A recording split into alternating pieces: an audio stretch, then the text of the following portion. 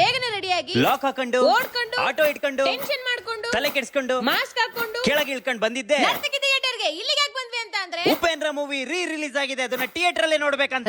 Release ಗೆ ಈ range ಜನ ಬರ್ತಾರೆ ಅಂತ ನಿಜವಾಗ್ಲೂ ಅನ್ಕೊಂಡಿರ್ಲಿಲ್ಲ. ಉಪೇಂದ್ರ ಮೂವಿ ರಿಲೀಸ್ ಆಗಿದ್ದು 22 ಅಕ್ಟೋಬರ್ 99 ಅಲ್ಲಿ. ಅವಾಗ ನನಗೆ 6 ವರ್ಷ. ನನಗೆ 3 ವರ್ಷ. ಈ ಮೂವಿ ರಿಲೀಸ್ ಆಗಿ ಇವತ್ತಿಗೆ 25 ವರ್ಷ ಆಯ್ತು. ಎಷ್ಟೋ ಸಲ ಟಿವಿಲಿ ಈ ಮೂವಿನ ನೋಡಿದಾಗ ಟಿವಿಲೇ ಈ ರೇಂಜಿಗೆ ಎಕ್ಸ್ಪೀರಿಯನ್ಸ್ ಆಗುತ್ತೆ, ಇನ್ನು ಥಿಯೇಟರ್ ಅಲ್ಲಿ ಯಾವ ರೇಂಜಿಗೆ ಎಕ್ಸ್ಪೀರಿಯನ್ಸ್ ಆಗ್ಬೋದು ಅಂತ ಅನ್ಕೊಂತಾ ಇದ್ವಿ. ಇವಾಗ ಆ ಎಕ್ಸ್ಪೀರಿಯನ್ಸ್ ಮಾಡಕ್ಕೋಸ್ಕರನೇ ಥಿಯೇಟರ್ಗೆ ಬಂದಿದೀವಿ. ಮೂವಿಲಿ ಬರೋ ಪ್ರತಿಯೊಂದು ಸೀನ್ಸ್ ಗಳು, Dialogue, ಸಾಂಗ್ಸ್, costume, ಹಾಗೆ ಎಂಡಿಂಗ್ ಅಲ್ಲಿ ಒಂದು ಸೂಪರ್ ಆಗಿರೋ ಮೆಸೇಜ್ ನ ಕೊಟ್ಟಿದ್ದಾರೆ. ನಿಜವಾಗ್ಲೂ ಹೇಳ್ತಾ ಇದೀನಿ, ಈ ತರ ಮೂವಿನ ಹಿಂದೆ ಯಾರು ತೆಗ್ದಿಲ್ಲ, ಮುಂದೆ ಯಾರು ತೆಗೆಯಕ್ಕಾಗಲ್ಲ. ಹೌದು, ಈ ಮೂವಿನ ಟಿವಿ ನೋಡಕ್ಕೂ ಥಿಯೇಟರ್ ನೋಡಕ್ಕೂ ತುಂಬಾ ವ್ಯತ್ಯಾಸ ಇದೆ. 25 ವರ್ಷದ ಹಿಂದೆನೆ ನಮ್ಮ ಕನ್ನಡ ಇಂಡಸ್ಟ್ರಿಗೆ ಈ ತರ ಒಂದು ಮೂವಿನ ಕೊಟ್ಟಿದ್ದಾರೆ. ಅದಕ್ಕೆ ಉಪೇಂದ್ರ ಸರ್ನ ರಿಯಲ್ ಸ್ಟಾರ್ ಅಂತ ಹೇಳೋದು. ಎಲ್ಲರೂ ಥಿಯೇಟರ್ಗೆ ಹೋಗಿ ಉಪೇಂದ್ರ ಮೂವಿನ ಎಕ್ಸ್ಪೀರಿಯನ್ಸ್ ಮಾಡಿ. ಆಗಿನ ಕಾಲದಲ್ಲೇ ಈ ತರ ಹೊಸ ಕಾನ್ಸೆಪ್ಟ್ ನ ನಂಬಿ ದುಡ್ಡು ಹಾಕಿದ ಪ್ರೊಡ್ಯೂಸರ್ಗೆ, ಹಾಗೆ ಸೈಕಾಲಜಿಕಲ್ ಥ್ರಿಲ್ಲರ್ ಮೂವಿ ಕೊಟ್ಟಿದ್ದು ಉಪೇಂದ್ರ ಸರ್ಗೆ ಎಲ್ಲ ಕನ್ನಡ ಪ್ರೇಕ್ಷಕರ ಕಡೆಯಿಂದ ಥ್ಯಾಂಕ್ ಯು ಸೋ ಮಚ್. ಮೂವಿನ ಸಖತ್ ಎಂಜಾಯ್ ಮಾಡ್ಕೊಂಡು ಮನೆಗೆ ಹೊರಟ್ವಿ.